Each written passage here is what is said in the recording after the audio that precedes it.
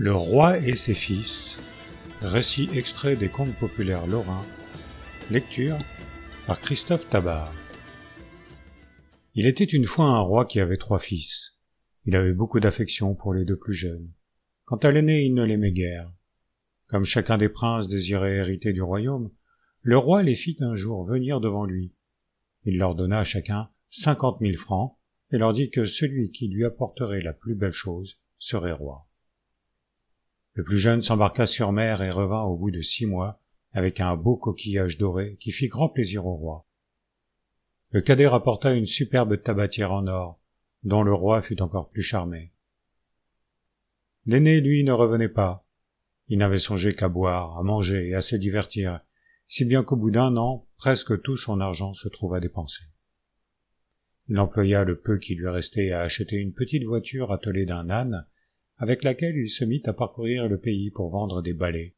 « Combien les balais ?» lui demandait-on. « Je les vends tant. » Et comme on se récriait sur le prix, il disait « Mes balais ne sont pas des balais ordinaires, ils ont la vertu de balayer tout seuls. » Il vendit ainsi bon nombre de balais. Mais les acheteurs ne tardèrent pas à s'apercevoir qu'il les avait attrapés. Ils coururent après lui et le rouèrent de coups. Le prince, dégoûté du métier, vendit sa voiture. Puis, ayant mis une 30aine d'écus sous la queue de son âne, il le mena à la foire pour le vendre et attendit le chaland. Vint à passer un riche seigneur qui lui demanda combien il voulait de son âne. « J'en veux 1000 francs, répondit le prince.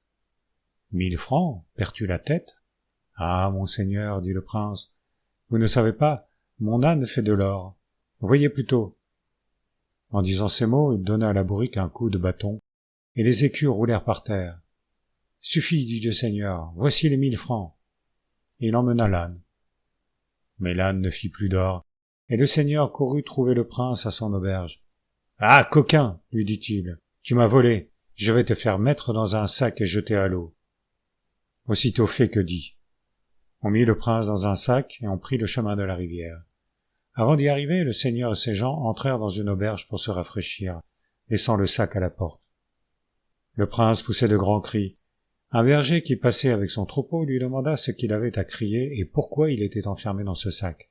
« Ah, dit le prince, c'est que le seigneur veut me donner sa fille avec toute sa fortune, et moi, je n'en veux pas. »« Eh bien, dit le berger, mets-moi à ta place. » Le prince ne se fit pas prier, et après avoir mis le berger dans le sac, il partit avec le troupeau.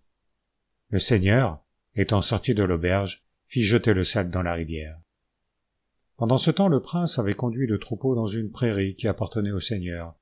Il se mit à jouer du flageolet pour faire danser les moutons.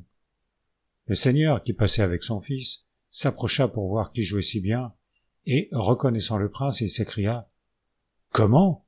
Coquin, te voilà encore ?»« Oui, monseigneur, répondit le prince.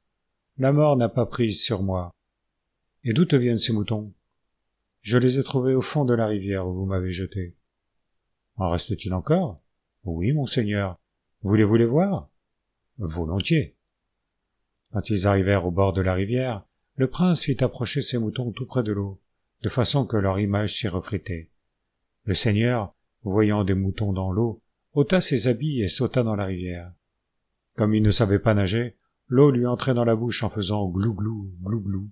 « Que dit mon père ?» demande le fils du seigneur, croyant qu'il parlait. « Il te dit de venir l'aider. » Aussitôt le jeune garçon se jeta dans l'eau, et il y resta, ainsi que le seigneur. Alors le prince prit la bourse du seigneur et vendit les moutons. Mais l'argent ne lui dura guère.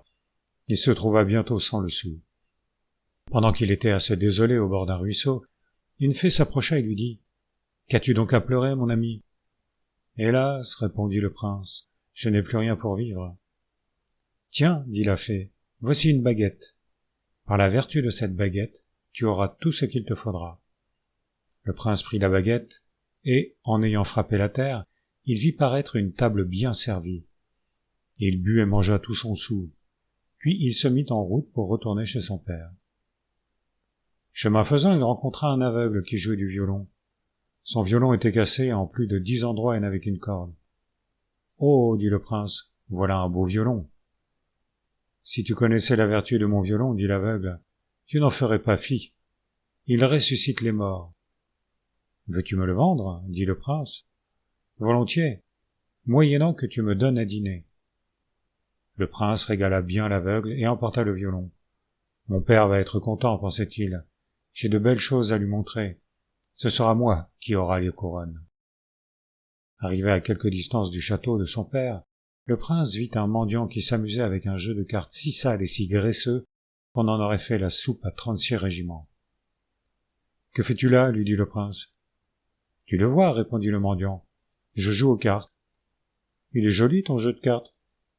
Ne te moque pas, dit le mendiant. Il suffit de jeter ses cartes en l'air pour voir paraître plusieurs régiments d'infanterie de marine avec armes et bagages, tout prêts à faire feu. Peux-tu me vendre ton jeu de cartes? Volontiers, moyennant que tu me donnes à dîner. Soit, dit le prince. Le mendiant mangea comme 4, puis il remit le jeu de cartes au prince. Après avoir fait cette dernière emplette, le prince ne douta plus que la couronne ne fût à lui, et il fit diligence pour se rendre au palais, où il arriva à 2 heures du matin. Un de ses frères se releva pour lui ouvrir, mais son père ne demanda pas même à le voir. Le lendemain, pourtant, il entra dans sa chambre et s'informa de ce qu'il avait rapporté. « Mon père, dit le prince, regardez sous mon oreiller. » À la vue du violon et des cartes, le roi haussa les épaules. « Vraiment, dit-il, voilà de belles choses. Je savais bien qu'un mauvais sujet comme toi ne pouvait rien rapporter de bon. Vive ton frère qui m'a fait présent d'une tabatière en or. C'est lui qui aura ma couronne. »« Mon père, dit le prince, puisque vous voulez me faire une injustice, demain à midi, je vous livrerai bataille. » Le lendemain, le roi marcha contre son fils à la tête d'une armée. Le prince n'avait pas un homme avec lui. À 12:05, il était encore seul. « Eh bien, lui cria le roi, où sont tes soldats ?» Le prince jeta une carte en l'air, et l'on vit paraître un régiment d'infanterie de marine, avec armes et bagages, tout prêt à faire feu. Or, les hommes de ce régiment ne pouvaient être tués. Ils tombèrent sur les soldats du roi et les exterminèrent. Le roi seul échappa. Il était dans une grande colère. Son fils lui dit « Ne vous fâchez pas. Si vous voulez, je vais vous ressusciter tous vos hommes. »« Bah, dit le roi, tu n'as pas ce pouvoir-là. » Le prince prit son violon, et il avait à peine commencé à jouer que tous les soldats du roi se trouvèrent sur pied, comme si de rien n'eût été. Le roi lui dit alors « C'est à toi, sans contredit, que doit revenir ma couronne. »« Maintenant, dit le prince, voulez-vous que je vous donne à dîner, à vous et à toute votre cour ?» Le roi accepta. En entrant dans la salle du festin, il fut bien étonné de ne voir sur la table que la nappe, et les autres invités ne l'étaient pas moins.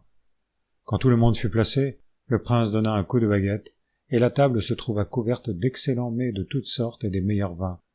On but, on mangea, on se réjouit, et le roi déclara qu'il donnait sa couronne à l'aîné de ses fils.